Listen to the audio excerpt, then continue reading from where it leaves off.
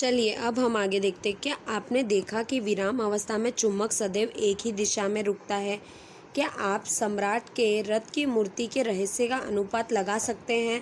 इस क्रियाकलाप को चुंबक के स्थान पर लोहे की छड़ और प्लास्टिक अथवा लकड़ी के स्केल से दोहराइए और इस क्रियाकलाप के लिए हल्की वस्तुओं का उपयोग मत कीजिए तथा जहां तीव्र वायु चल रही हो वहां से भी बचिए। क्या अन्य पदार्थ भी सदैव एक ही दिशा में विराम अवस्था में आते हैं?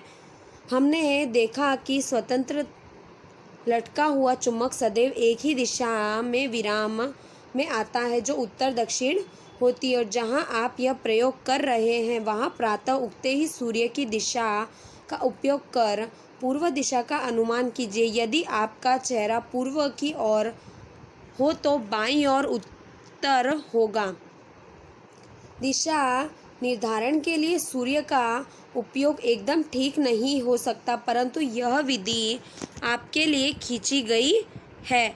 चलिए पर उत्तर दिशा अंकित करने में सहायक सिद्ध हो सकती है। इसका उपयोग करके आप यह बता सकते हैं कि चुंबक का कौन सा सिरा उत्तर तथा कौन सा सिरा दक्षिण को इंगित करता है। उत्तर की ओर निर्देश करने वाले सिरे को चुंबक का उत्तरोमुखी सिरा अथवा उत्तरी ध्रुव कह सकते हैं और दक्षिणोमुखी अथवा दक्षिणी ध्रुव कहा जा सकता है। दो ध्रुव होते हैं, चाहे आकार में सामान्य चुंबकों पर उत्तर N और दक्षिण S ध्रुवों को अंकित किया जाता है। चलिए अब आगे चुंबक का यह गुण हमारे लिए अत्यंत उपयोगी है। शताब्दियों तक यात्रियों चुंबक के इस गुण का उपयोग दिशा निर्धारण के लिए करते। यह कहा जाता है कि प्राचीन काल में यात्री एक प्राकृतिक चुंबक अपने साथ ले जाते थे जिसे धागे से लटकाकर दिशा निर्धारण करते थे। तत्पश्चात चुंबकों के इस गुण पर आधारित एक युक्ति विकसित हुई है। यह कंपास के नाम से जानी जाती है। कंपास सामान्य कांच के एक ढक्कन वाली एक छोटी डिब्बी होती है।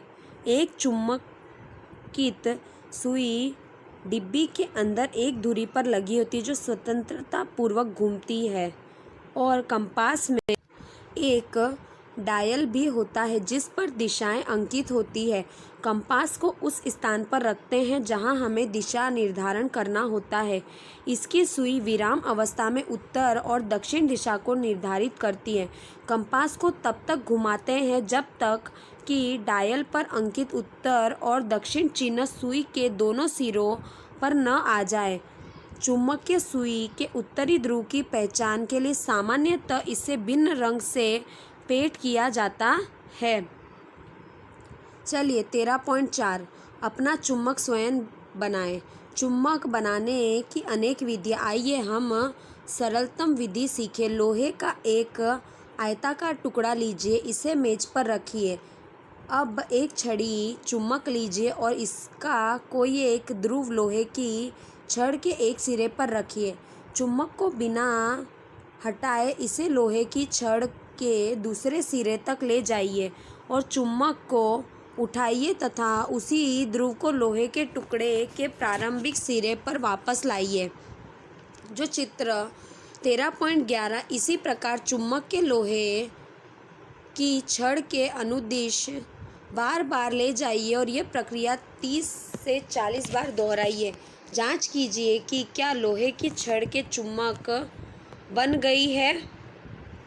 देखिए इसके समीप लाइए। यदि यह चुंबक नहीं बना है तो इस प्रक्रिया को कुछ देर तक और जारी रखिए। ध्यान रखिए कि चुंबक का ध्रुव तथा इसे लोहे के छड़ पर रगड़ने की दिशा बदलनी नहीं चाहिए। क्या आप लोहे की कील, सुई अथवा ब्लेड आदि को इसी प्रकार चुंबक बना सकते हैं?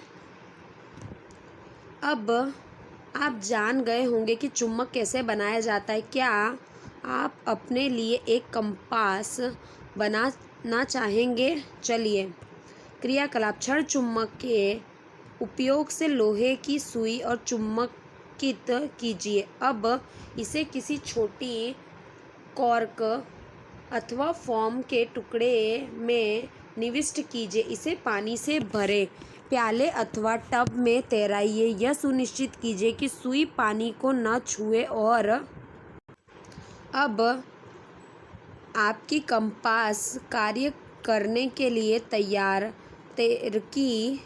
तैरती कॉर्क पर लगी हुई सुई की दिशा नोट कीजिए। सुई लगी कॉर्क को विभिन्न दिशाओं में घुमाइए। जब बिना घुमाए कॉर्क तैरने लगे तो सुई की दिशा पुनः नोट कीजिए। क्या कॉर्क का घूमना बंद होने पर सुई सदैव एक ही दिशा में दर्शाती है? चलिए अब आगे देखिए, चुम्बकों के बीच में आकर्षण तथा प्रतिकर्षण। आइए चुम्बकों के एक अन्य रोचक खेल खेलें। दो छोटे खिलौने कारों लीजिए तथा उन पर ए एवं बी अंकित कीजिए। प्रत्येक कार के ऊपर लंबाई की अनुदिश रबड़ बैंड एक चुम्बक लगाइए। कार ए में चुम्बक उत्तरी ध्रुव अग्रभाग की ओर रखिए और बी विपरीत दिशा में रखिए। अब दोनों कारों को एक दूसरे के समीप रखिए जो 13.13 में।